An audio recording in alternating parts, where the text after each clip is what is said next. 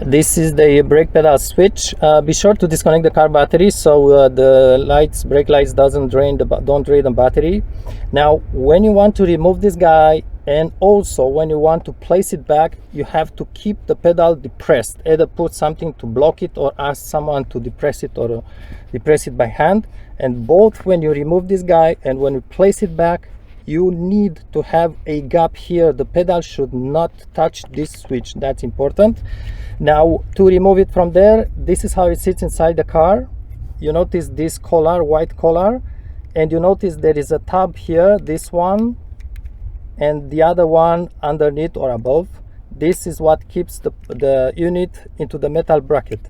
Now to release it, you need to push this guy at the front,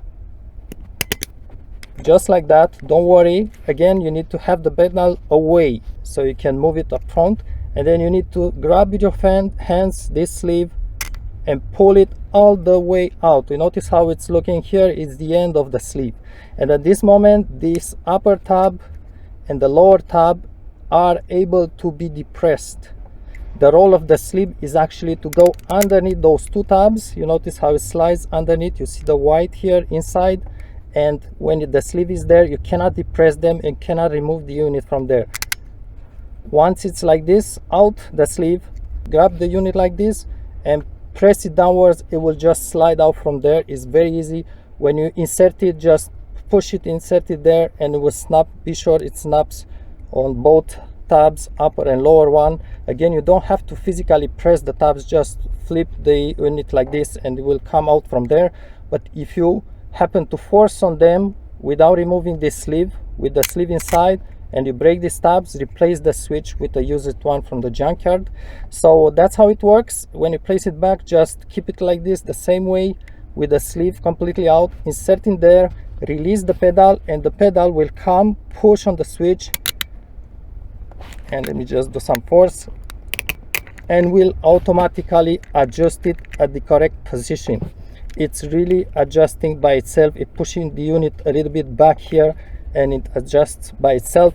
Be sure to check the lights behind. You just need to have the lights on when you slightly depress the pedal, and when you release the pedal it moves back and the lights go turn off. Be sure to disconnect the car battery because the lights will stay on. And we are going, when we remove the unit, keep the pedal depressed. When you place it back, keep the pedal depressed so you have a gap here, so the switch is not touching the pedal. That's very important.